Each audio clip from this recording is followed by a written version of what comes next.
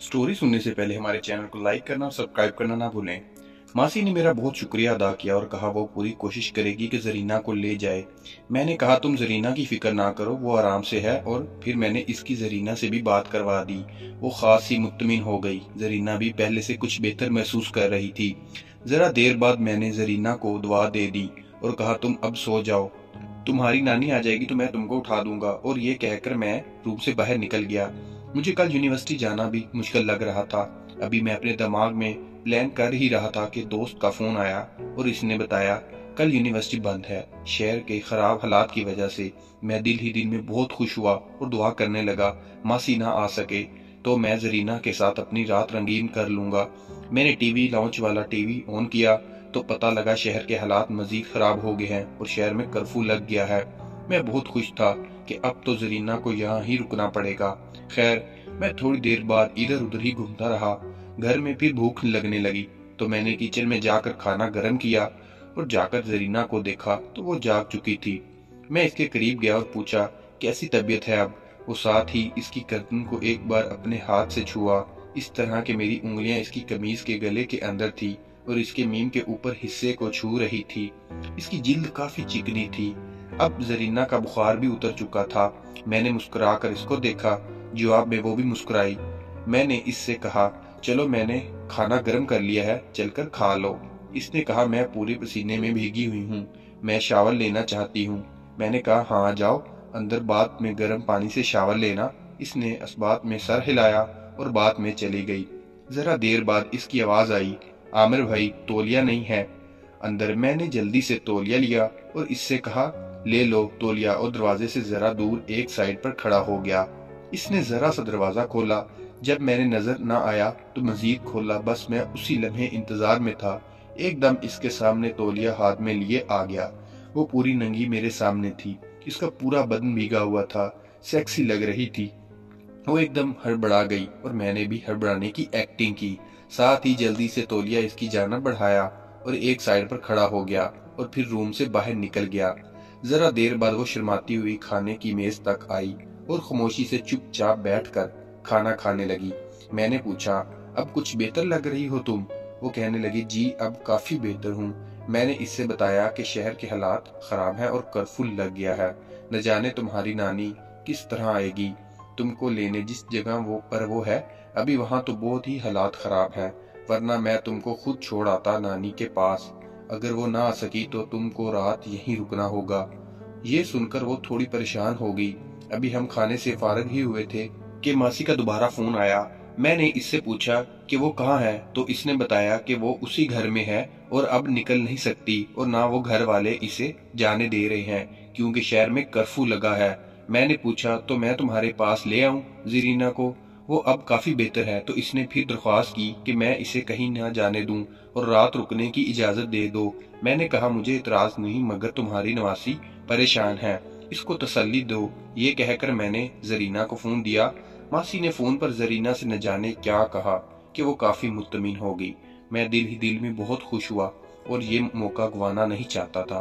खैर, जरीना ने हिम्मत करके सारे बर्तन धोए। किचन की सफाई में जरीना की मदद करता रहा और बार बार इसके जिस्म को बहाने बहाने से छूता रहा और इसकी खूबसूरती की तारीफ करता रहा। वो कभी खुश होती कभी शर्माती क्योंकि इसको ठीक से अंदाजा नहीं था कि वो क्या बाल है। खैर, वो काम से फारग हुई तो मैंने इसको कहा अब तुमको रात तो यहीं गुजारनी है तो इसको अपना ही घर समझो। किसी बात में शर्माने की जरूरत नहीं है। कुछ खाने का दिल कर रहा है तो खा लो, कोई मना नहीं करेगा। जरीना के चेहरे से खुशी जाहिर हो रही थी। मैंने जरीना से कहा तुम्हारी दुआ का भी वक्त हो गया है, तुम दुआ खा लो फिर हम दोनों बैठकर फिल्म देखते हैं। मैंने इससे बताया कि कौन सी दुआ खानी है। इसने दुआ खाई। फिर हम दोनों मेरे रूम में आ गए। मैं इससे इधर उधर की बातें करता रहा। इसको सेक्स के बारे में ज्यादा मालूमात नहीं थी। फिर मैंने पूछा कि फिल्म देखती हो तो इसने जवाब दिया कभी कभी देखती हूँ। तो मैंने पूछा क्या अच्छा लगता है फिल्म में तो इसने जवाब दिया गाने और डांस। बस अब मैंने अपना लैपटॉप ऑन किया और एक वेबसाइट पर जाकर एक सेक्सी मुजरा लगा दिया। फिर इससे पूछा ऐसा डांस अच्छा लगता है तुम्हें। इसने कहा ऐसा तो कभी नहीं देखा मैंने। चलो आज देखो। इस मुजरे में वो डांसर अपने मीम हला हला कर दिखा रही थी और काफी दफा इसने अपनी शर्ट ऊपर करके اپنے میم بھی دکھا دیے۔ میں بغور زرینہ کے چہرے کا جائزہ لے رہا تھا کہ وہ کیا محسوس کر رہی ہے۔ بالآخر وہ وقت آیا جب اس کی سانس تیز ہوئی، وہ بار بار اپنے بیٹھنے کی پوزیشن تبدیل کرنے لگی۔ تو میں نے پوچھا کیا ہوا، اچھا نہیں لگا کیا ڈانس؟ اس نے بچوں کی طرح منہ بنا کر کہا نہیں اچھا نہیں لگا۔ میں نے پھر پوچھا کیوں؟ اس نے کہا گندا ہے۔ میں ہنسنے لگا اور کہا کیوں گندا ہے؟ وہ یہ دکھا رہی تھی اس لیے گندا ہے۔ یہ کہتے ہوئے میں نے اس کے میم کو چھوا، ایک دم جیسے کرنٹ لگا۔ وہ ہراساں ہو کر مجھے دیکھنے لگی۔ میں نے کہا پریشان نہ ہو، میں مذاق کر رہا تھا۔ پھر کہا چلو فلم دیکھتے ہیں۔ میں نے ڈھونڈ کر ایک سافٹ کور مووی نیٹ پر لگا دی۔ ذرا دیر میں اس پر سیکسی سین سٹارٹ ہو گئے جو کسنگ سے سٹارٹ ہوئے اور پھر گھوڑی سٹائل پر ختم، اور ایک کے بعد ایک سین ذرا دیر میں شروع ہو جاتا تھا۔ میں اس کا سرخ ہوتا چہرہ بغور دیکھ رہا تھا۔ اس کی سانسیں بھی بے ترتیب ہوتی رہی۔ میں چھپکے سے منہ اس کا کان کے پاس گیا اور پوچھا کیسی ہے فلم؟ اس نے چون کر مجھے دیکھا اور اپنے چہرے کے اتنے قریب دیکھ کر بدحواس ہو گئی۔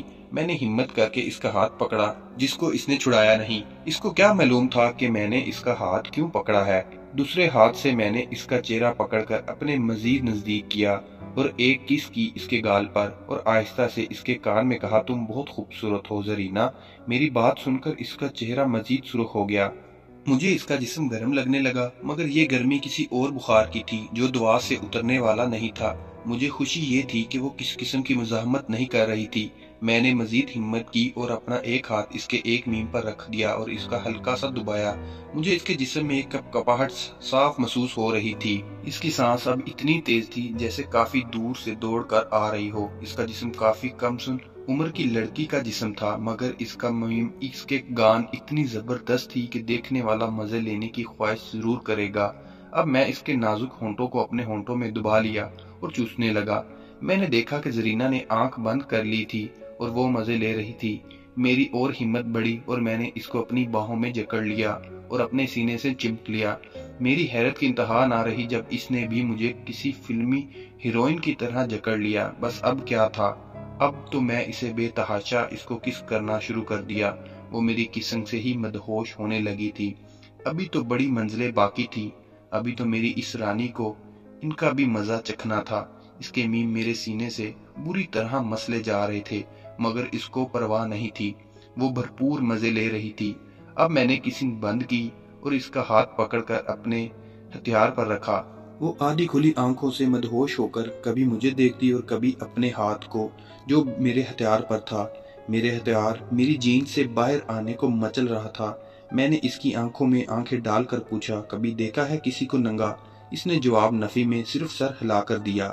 میں نے پوچھا یہ جس چیز پر تمہارا ہاتھ ہے اس کو دیکھو گی؟ اس نے کوئی جواب نہیں دیا اور نظر میری جینس پر گاڑ دی۔ میں نے اس حرکت کو مثبت جواب سمجھا اور گھٹنوں کے بل کھڑے ہو کر اپنی جینس کی زپ کو کھول دیا۔ سٹوری کی بقیہ حصہ آپ کو نیکسٹ ویڈیو میں مل جائے گا۔